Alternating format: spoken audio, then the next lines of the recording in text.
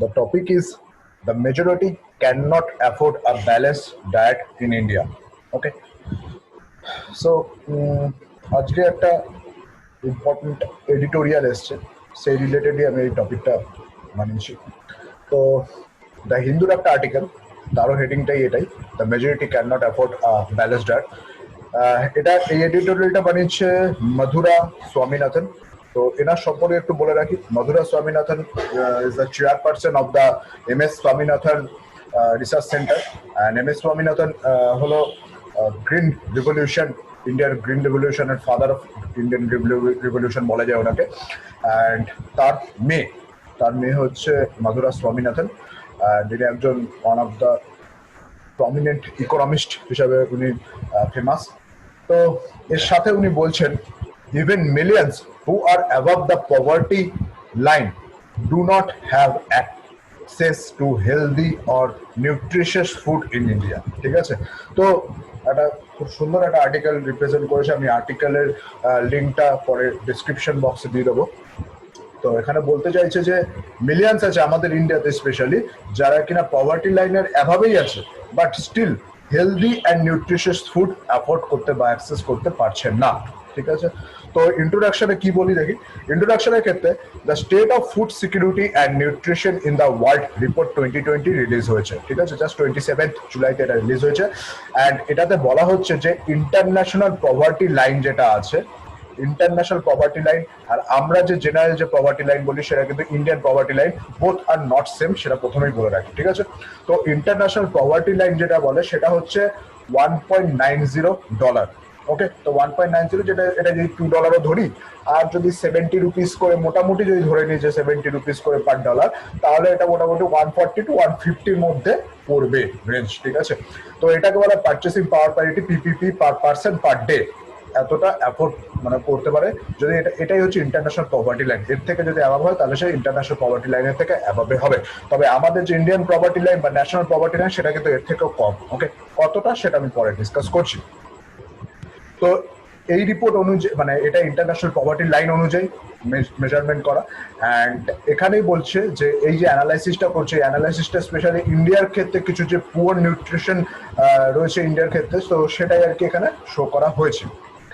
তো এর সাথে সাথে বলে রাখি, এই যে শো করা হয়েছে এটা মানে এমন নয়, এই রিপোর্টটা বলছে যেটা এই জন্য নয় যে এরা অ্যাফোর্ড মানে unaffordably of good diets, largely on account of the unaffordability of good diets and not on account of lack of information on nutrition or taste। মানে এরা এমন নয় যে জানে না যে কি কি নিউট্রিশন দরকার বা টেস্ট কিরকম দরকার বা কালচারাল দরকার, সেই না জানার জন্য কিন্তু এরা খেতে খাচ্ছে না তা নয়, রাদার এদের কাছে সেটা অ্যাফোর্ড করতে পারছে না। তারা গুড ডায়েট, যে proper nutritional diet, healthy diet যেটা, সেটাকে অ্যাফোর্ড করতে পারছে না। ঠিক আছে, তো এই state of food security nutrition in the world report এর সম্পর্কে একটু বলে রাখি।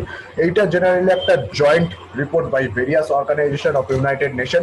তো তাদের মধ্যে যারা যারা রয়েছে সেটা হচ্ছে FAO মানে food and agriculture organization, IFAD international fund for agricultural development, UNICEF আছে united nation children's educational fund, WFP আছে world food programme, and WHO আছে ওয়ার্ল্ড হেলথ অর্গানাইজেশন। ঠিক আছে, তো আমি এর সাথে সাথে তাদের হেডকোয়ার্টার্স গুলো দিয়ে দিয়েছি। তো FAO, IFAD অ্যান্ড WFP এরা তিনজনেই রোম বা ইটালিতে আছে। রাদার বেটার টু সে যে তিনজনে একই বিল্ডিং এও রয়েছে। ঠিক আছে, মানে একটাই বিল্ডিং এ ভেরিয়াস পোর্শনে এদের এক একটা কোয়ার্টার্স। অ্যান্ড হোয়ারাস ইউনিসেফ হচ্ছে নিউ ইয়র্কে রয়েছে, অ্যান্ড WHO হচ্ছে জেনেভাতে রয়েছে। ওকে, সো এই স্টেট রিপোর্ট বা স্টেট অফ ফুড সিকিউরিটি আর নিউট্রিশন রিপোর্ট যেটাকে ইন শর্ট বলা হচ্ছে SOFI 2020 রিপোর্ট। তো এই রিপোর্টটা প্রেজেন্ট করছে যে latest estimate of food insecurity, hunger and malnutrition on the global and reasonable both.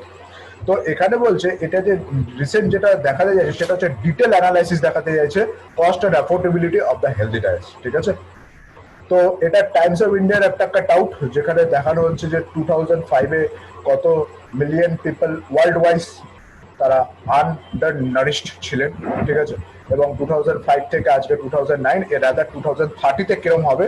তো 30-র যে রিপোর্টটা সেটা খুবই শকিং, কারণ আমরা ইয়ার ওয়াইজ ডেভেলপড হচ্ছি বা স্টিল ডেভেলপড হওয়া সত্ত্বেও দেখা যাচ্ছে যে 2030-তে সেই 2005-এর মতনই যেটা আন্ডারনারিশড পিপলের সংখ্যা ছিল সেরকমই ব্যাক করবে আবার, ঠিক আছে। ইভেন এখানে স্টার মার্কসে বলা হয়েছে যে করোনা প্যান্ডেমিকে এর মধ্যে কোনো এফেক্ট সেরকম করবে না, কেননা এইটা আসতে চলেছে এই অ্যাচিভমেন্টটা। ওকে, নেক্সট, এবার আমি জেনে নিই যে টাইপস অফ ডায়েটস কিরকম।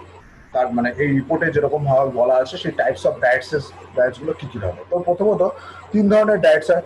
একটা basic energy sufficient diet first, এটা হচ্ছে জেনারেলি সব থেকে যেটা চিপেস্ট বা স্টার্চি সিরিয়াল অ্যাভেলেবেল যেটাকে বলা হয়, মানে এর মধ্যে রাইস আর হুইট এই দুটো থাকে বেসিক্যালি, ঠিক আছে। কারণ এই দুটো ছাড়া তো ইন্ডিয়ার ক্ষেত্রে স্পেশালি বলি বা ওয়ার্ল্ড ওয়াইডও, এবং স্পেশালি আমি যদি ইন্ডিয়ান রেসপেক্টে কথা বলি, এই রাইস আর হুইটই হচ্ছে স্পেশালি এমন একটা ফুড যেটা ছাড়া হয়তো ডেইলি কনজামশন পসিবল নয়। তো এটা রিকোয়ারমেন্ট প্রায় 2329 কিলো ক্যালোরি, এটা একটা ইনফরমেশন দিয়ে রাখি। 2329 কিলো ক্যালোরি হেলদি ইয়ং ওমেনের জন্য দরকার, যে 30 ইয়ার্সের, তারা একটা এটা স্ট্যান্ডার্ড রেফারেন্সের জন্য। ওকে, নেক্সট, এটা হলো বেসিক এনার্জি সাফিসিয়েন্ট ডায়েট, যেটা বেসিক জিনিস, একদম বেসিক এনার্জি সবারই খাওয়া প্রয়োজন এবং চিপেস্টও বটে। এরপর আসে নিউট্রিয়েন্ট অ্যাডিকুয়েট ডায়েট। এটা হচ্ছে মানে কিছু যে নিউট্রিয়েন্টস থাকে, মানে আমাদের যে generally 23 essential macro and micro nutrients থাকে, সেইগুলো সেই রিলেটেড যে ফুডস গুলো আছে, ঠিক আছে। তো এর মধ্যে কিছু লিস্ট কস্ট আইটেমসও রয়েছে। তো সেই ফুডগুলো হচ্ছে নিউট্রিয়েন্ট অ্যাডিকুয়েট ডায়েট। আর হেলদি ডায়েট বলা হয় এটা হচ্ছে সেভারাল ভেরিয়াস ফুডস থেকে, ডাইভার্স ডায়েট থেকে এটাকে কালেক্ট করা। এর মধ্যে কিছু ক্যালোরি নর্মসও থাকবে, এর মধ্যে কিছু macro and micro nutrient norm like nutrient adequate ডায়েটের মতো সেটাও থাকবে, ঠিক আছে। তো এফএওর আন্ডারে ইন্ডিয়ার যে রেকমেন্ডেশন সেটা 6খানা গ্রুপে এরকম ডিভিশন আছে তার ফুডসের। একটা হচ্ছে স্টার্চি স্ট্যাপলস, একটা হচ্ছে প্রোটিন রিচ ফুড, তারপর dairy, vegetables, food and fats. Okay, তো মোটামুটি কিরকম খাওয়া দাওয়া উচিত সেটা নিয়ে একটা আমি আইডিয়া দিচ্ছি, যেটা এফএও রিপোর্ট অনুযায়ী। It includes 30 gram of cereal, 30 gram of pulses, 50 gram of meat or chicken or fish, and 50 gram of eggs, 100 gram of milk, 100 gram of vegetables and fruit each, and 5 gram of oil per day, ঠিক আছে। তো এইগুলো এক একটা ডেতে এরকম consumption হতে হবে, তাহলে একটা হেলদি ডায়েট সে মেনটেন করতে পারবে। তো আমাদের যে এই টপিকটা হচ্ছে specially on this healthy diet. তো বলা হচ্ছে যে যারা আর কি জাস্ট নিউট্রিশন, জাস্ট ইন্টারন্যাশনাল যে পুয়ার লেভেল যেটা আছে বা পভার্টি যে লেভেল আছে সেই লেভেলের অ্যাভাবেও যারা রয়েছে ইভেন, তারাও এই হেলদি ডায়েটটা ইন্ডিয়ার ক্ষেত্রে তারাও এটা অ্যাফোর্ড করতে পারছে না। ওকে, কেন পারছে না সেটা নিয়ে একটু ডিসকাস করি। তো 3 increasing level of the diet কোয়ালিটির এই যে বলাই হচ্ছে, এমন না যে একটাই যে করে পেলে হয়ে যাবে, সবকটাই প্রয়োজন একটা বেসিক জীবনযাপন করার জন্য, ঠিক আছে।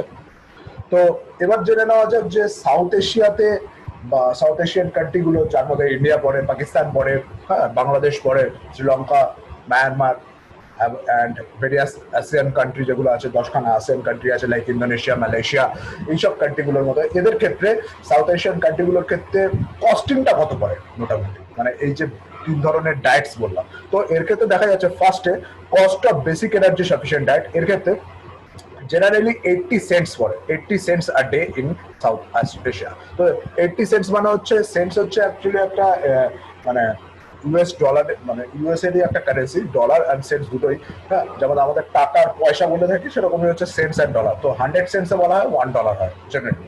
তো এখানে 80 সেন্টস মানে বুঝতে পারছো $1 থেকে একটু কম। তো generally cost of basic energy sufficient ডায়েটের জন্য 80 সেন্ট মানে $100, $1 থেকে কিছুটা কম প্রয়োজন পড়ে, ঠিক আছে।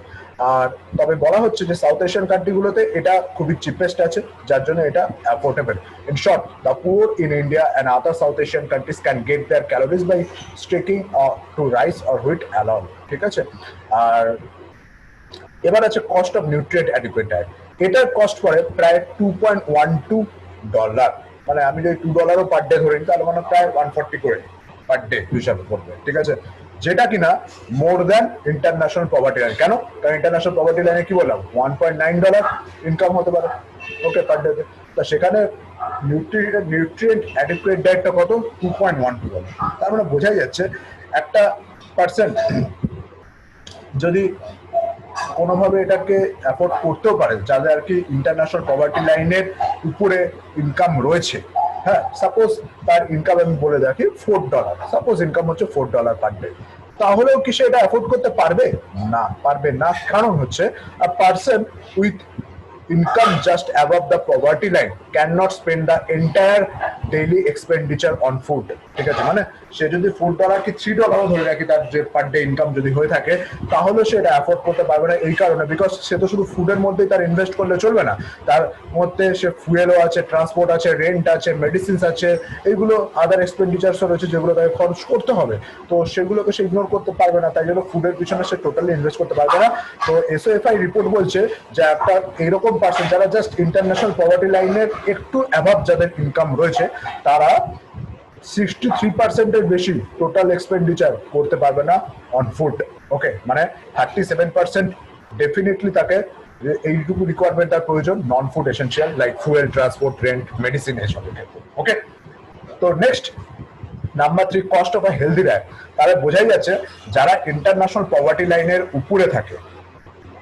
জাস্ট একটু উপরে তারা তাদের ক্ষেত্রে নিউট্রিয়েন্ট অ্যাডিকুয়েট ডায়েটকেও কালেক্ট করতে প্রবলেম হচ্ছে তাহলে সেখানে হেলদি ডায়েট কালেক্ট করতে তো আরোই প্রবলেম হয় বিকজ হেলদি ডায়েটের কস্টিং পড়ছে $4.07 পার ডে ঠিক আছে তো যেটা more than twice the international poverty line more than twice almost okay তো this makes a healthy diet unaffordable for those with incomes at even twice the poverty line যাদের পভার্টি লাইনের ডাবলও আছে তাদের ক্ষেত্রেও এটা অ্যাফোর্ড করা মুশকিল হয়ে যাবে তো খুব একটা মানে চমকে দেওয়ার মতো একটা তথ্য হলো এসওএফআই রিপোর্ট বলছে 18% of south Asians 18% of south Asian country মানে সাউথ এশিয়ান হচ্ছে এমন একটা পোর্শন সারা ওয়ার্ল্ডের মধ্যে যাদের মধ্যে তোমরা বলতে পারো যে নিয়ার অ্যাবাউট ওয়ার্ল্ডের প্রায় 30%-এর মতো পিপল এখানেই থাকে ঠিক আছে তো সেক্ষেত্রে এসওএফআই রিপোর্টের অনুযায়ী 18% of south Asian numbering 586 million people can not afford the nutrient adequate diet nutrient adequate diet মানে হচ্ছে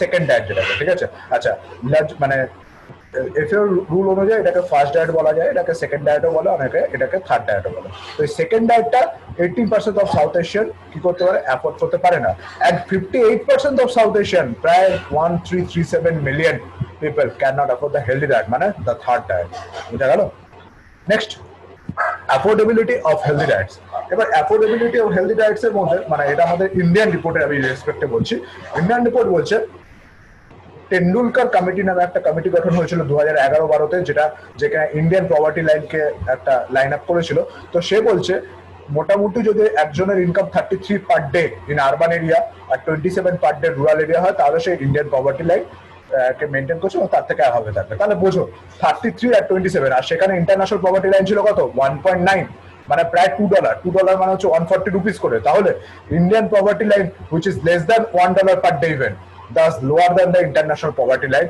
used in the SOFI report তাহলে বুঝতে পারছো তাহলে যারা ইন্টারন্যাশনাল পভার্টি লাইনে মেনটেন করে চলছে তারাই অ্যাফোর্ড করতে পারছে না whereas ইন্ডিয়ান পভার্টি লাইনে যারা রয়েছে মানে ইন্ডিয়ান পভার্টি লাইনে জাস্ট অ্যাভাবে যারা রয়েছে যাদের 33 পার ডে ইনকাম মানে per day income in urban areas R 27 per day in rural area তারা কি করে এটাকে অ্যাফোর্ড করবে তাই না সো এই ক্ষেত্রে যাদের ক্ষেত্রে মোটামুটি যারা আর কি cut off lower than the international norm 1.98 তারা অ্যাফোর্ডই করতে পারে না nutrient adequate diet okay as well as যেটা হেলদি ডায়েট মানে সেকেন্ড ডায়েট আর থার্ড ডায়েট দুটোই অ্যাফোর্ড করতে পারে না ওকে সো নেক্সট এখান থেকে কনক্লুশনে কি আসতে পারি কনক্লুশনে এগুলো আসতে পারি যে even if many poor consumers aspire to consume healthier and more environmentally sustainable foods income and price constraints render this diet unaffordable তাহলে বোঝাই যাচ্ছে যে অনেক পুয়ার কনজিউমারকে আমাদের এখানে আর কি মানে হেলদি আস্তে আস্তে এনভায়রনমেন্টালি সাস্টেনেবল ফুড দেওয়া হচ্ছে বাট ইনকাম এবং